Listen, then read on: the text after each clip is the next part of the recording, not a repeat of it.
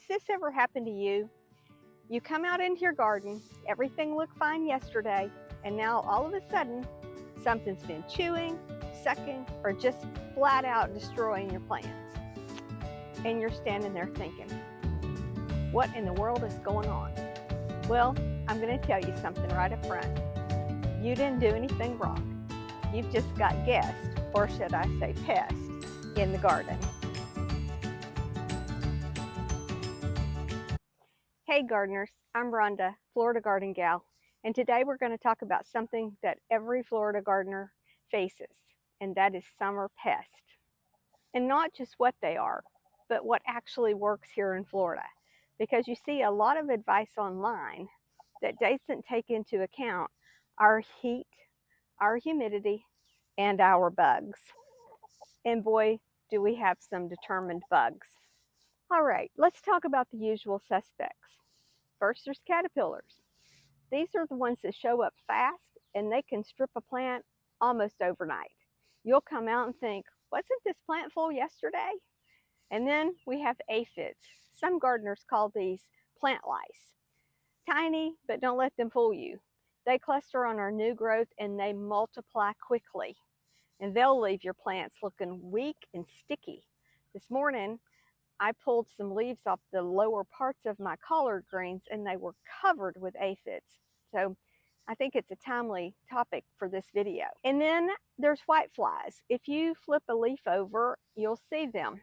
They'll hang out underneath, and then when you disturb them, they fly away. And then a lot of people mentioned on the soil video about root knot nematodes. So they're the ones you don't see. They're the ones that live in your soil and they attack the roots, and you'll pull up the root and it'll look all knotty. And then we also have ants. Now, ants aren't always the main problem, but they farm aphids. Yes, farm them.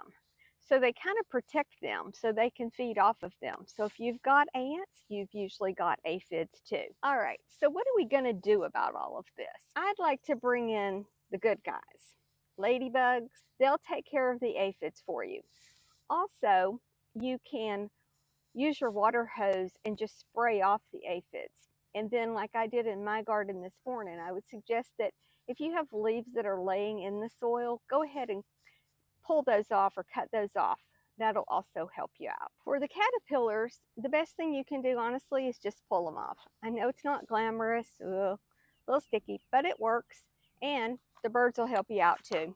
For the whiteflies, how about some yellow sticky traps? Those will work really well for the whiteflies. Now the nematodes, that's more about prevention. So not planting the same thing in the same place over and over, or doing some summer solarization where you cover up the soil so the sun can just bake it out. Now for the ants, a very simple and effective solution is to mix 1 part borax and 1 to 3 parts sugar and some water and put it in little jars with lids, with holes in the lids, and put that in your garden.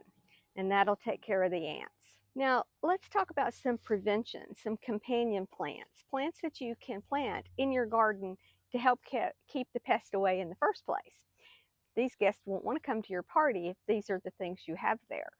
So, like such as marigolds. If you plant marigolds near to your tomatoes, that's going to help you with the nematodes. I actually plant marigolds in all my raised beds. And then we have rosemary, like I have here. Smells so good. Reminds me of Christmas. Well, the pests don't like the smell of rosemary.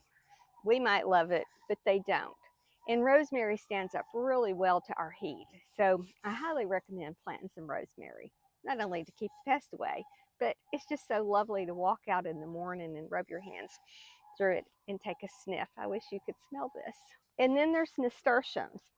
Nasturtiums are edible, but we're going to kind of consider nasturtiums as like a sacrificial plant because the aphids will go to the nasturtiums and they'll eat them instead of your other vegetables.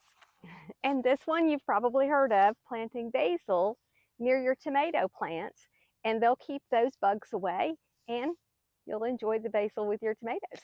And then we have chives. If you plant chives near your tomatoes, They'll also keep the aphids away. And if you have long beans and asparagus planted in your beds, like I do in this one, then a good companion plant for that is dill. Dill attracts beneficial bugs that'll actually help take care of the pest. Now, let me say this. You're never going to have a completely pest-free garden in Florida, or probably anywhere else for that matter. A healthy garden can handle a few pests, and that's the goal here.